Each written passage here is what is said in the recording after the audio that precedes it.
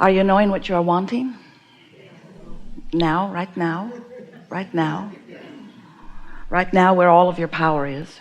Right now where your ability to focus is. Right now where you are, because of what you're thinking, emanating a frequency, an influence, you might say, that law of attraction is responding to. And so everything about this moment in time, or any moment in time, is more powerful than most people realize, because in this moment, by whatever you are thinking, and therefore by whatever you are feeling, you are integrating not just into your world at large, but into all that is at large. In other words, your frequency matters, and it is reflected back to you eventually by manifestations, but it is reflected back to you in the moment by emotion, which is guidance, which lets you know your blending, your balance, your energy. The thing that you most want to be influential about is your own point of attraction, and you have so much control about what comes to you, because you have control about where you give your attention, what you ponder, how long you stay focused here or there.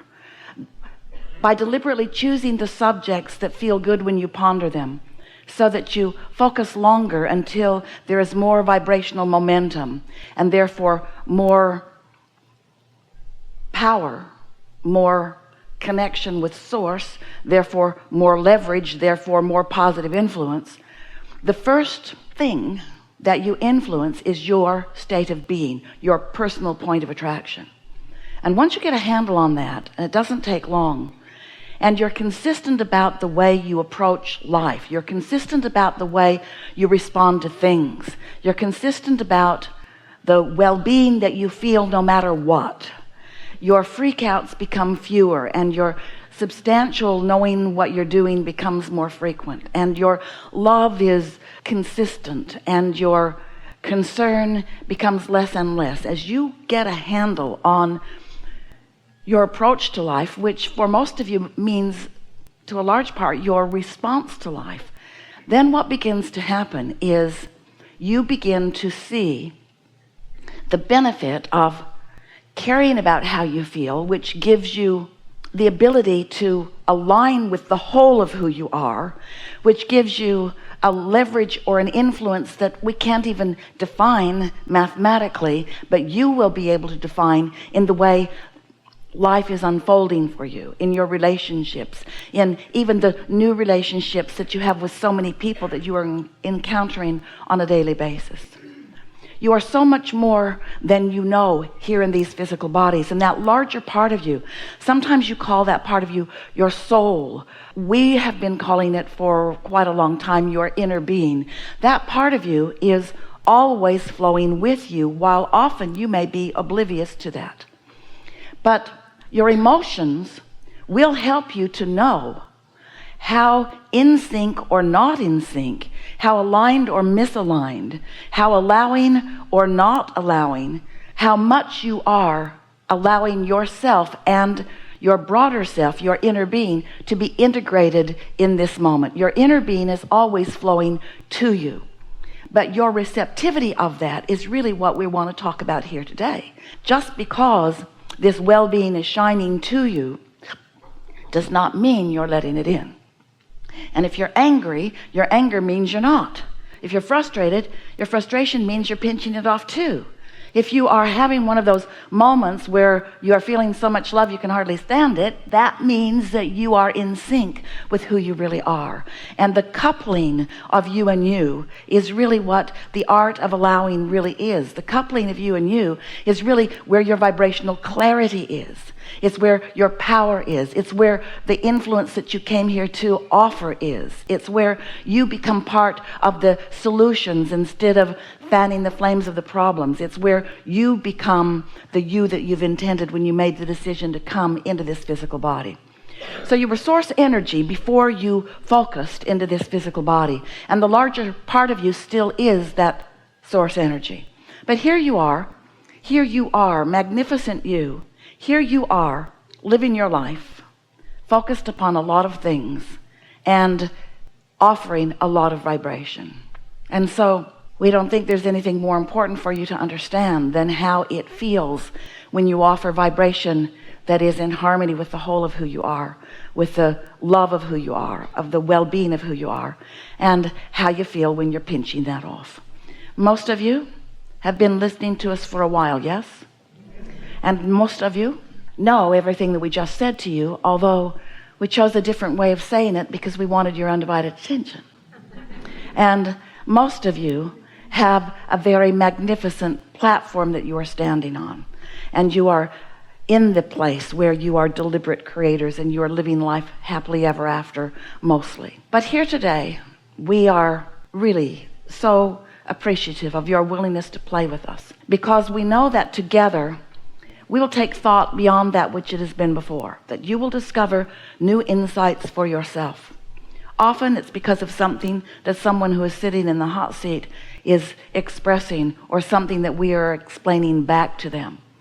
Sometimes the insights will come directly to you because of this vibrational atmosphere and because of the momentum that we will accomplish here together today. You will be receptive more than usual, and so ideas will begin flowing to you too. Sometimes it will be an idea of how to contribute here by sitting here. Sometimes it will be an idea that flows to you that is the solution to something that you've been pondering. In other words, this is a wonderful opportunity for becoming a vibrational match to who you really are, which is what we are calling the receiving mode. Here in your physical body, life causes you to explore and to evaluate. That's just who you are. And to consider and to, most important, come to conclusions of your preferences. And that matters so much. Most of you do not give yourself enough credit for the preferences that are born in you. You want to yield to what others think rather than understand the power of your own desires that are coming from your life experience. So when that preference radiates from you, we often call it a rocket of desire, because it shoots out when you're least expecting it, and usually when there is some sort of contrast that really is clarifying for you what you don't want, which also clarifies what you do want. And so this vibration radiates from you while usually you're not able to maintain it because it's not the frequency that you usually hang around in. It's like a little sort of mini quantum leap where the situation has just caused you to know for a moment what you want. And when that rocket of desire radiates, your inner being understands it fully, embraces it fully, becomes it fully, holds the vibrational frequency of it fully and forever for you. Now that rocket, as it emanates, you can't see it or hear it or smell it or taste it or touch it. You can feel it if you're paying attention. But it is a vibrational beginning of a creation that has not evolved enough that you can actually see it or hear it or smell it or taste it or touch it, while you may very well know it. So we've been wanting to create a scenario where you can accept the reality and the importance of that desire that is coming forth from you, and how it is received by your inner being, and by the focus of your inner being, held in a vibrational, you could call it a holding place, you could call it a gestation place, you could call it a place of well-being. We've been calling it your vortex. It's this non-place but state of being where all of your desires are vibrational and real, and because of the attention of your inner being, continuing to evolve, not so different from the gestation of the baby in the womb. And as these rockets that you are emanating continually are received and understood by your inner being, they are an important part of you because you gave birth to them. And while you mostly as humans aren't ready to recognize them as reality, they are. In fact, This vortex is a reality that is more real than any reality that you have allowed yourself to manifest. So today we want to talk not only about how this vibrational reality, how robust it is, and how full of so many things that you care about are, but how you go about, by your deliberate and intentional focus, by utilizing your guidance system, how you go about turning those thoughts to things, witnessing the evolution, the never-ending evolution. Just like a lot of life happened before you actually launched that rocket. A lot of that rocket of desire, a lot of that becoming is going to become before it is obvious to you that it is becoming. But you could, if you knew what you were doing, you could observe it in its earlier stages, and you could enjoy it in all of its becoming before it bursts out into the manifested scene. And this is what we want so much for you to understand, because the majority of your life is about that part of it. You say, I want this, and then you often remain in a state of dissatisfaction until you see it. And your attitude is, I'll believe that when I see it. And we want you to come to know you've got to believe it before you see it. And the more you believe in it, because you're basing it on a different criteria than its full manifestation, you can see plenty of full manifestations by looking around at what is already created. But there's no juice in what's been created. The juice is in what's becoming. And your satisfaction in life is always about you being conscious and aware of the becoming. You are creators. You are creators. And you are interested in creating. And you think that you are creators who are interested in creations. But you are not. You are creators who are interested in creating.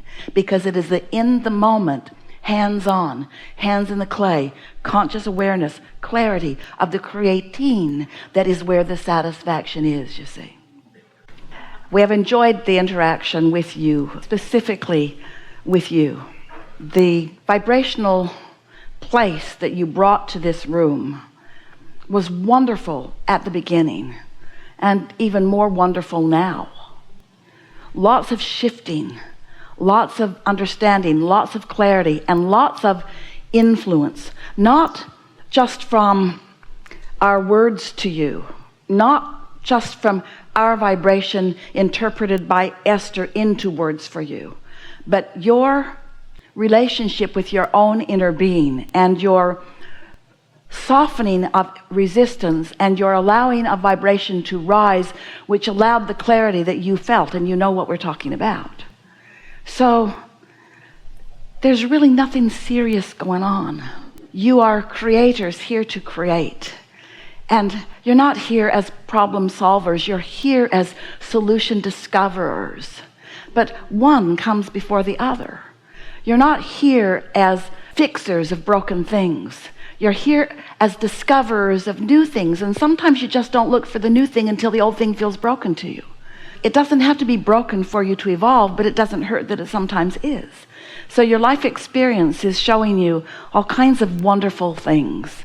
You're right on track. Everything is unfolding so well. Be easy about it. And trust this, that your inner being knows you, knows everything about you, knows every desire, knows every regret.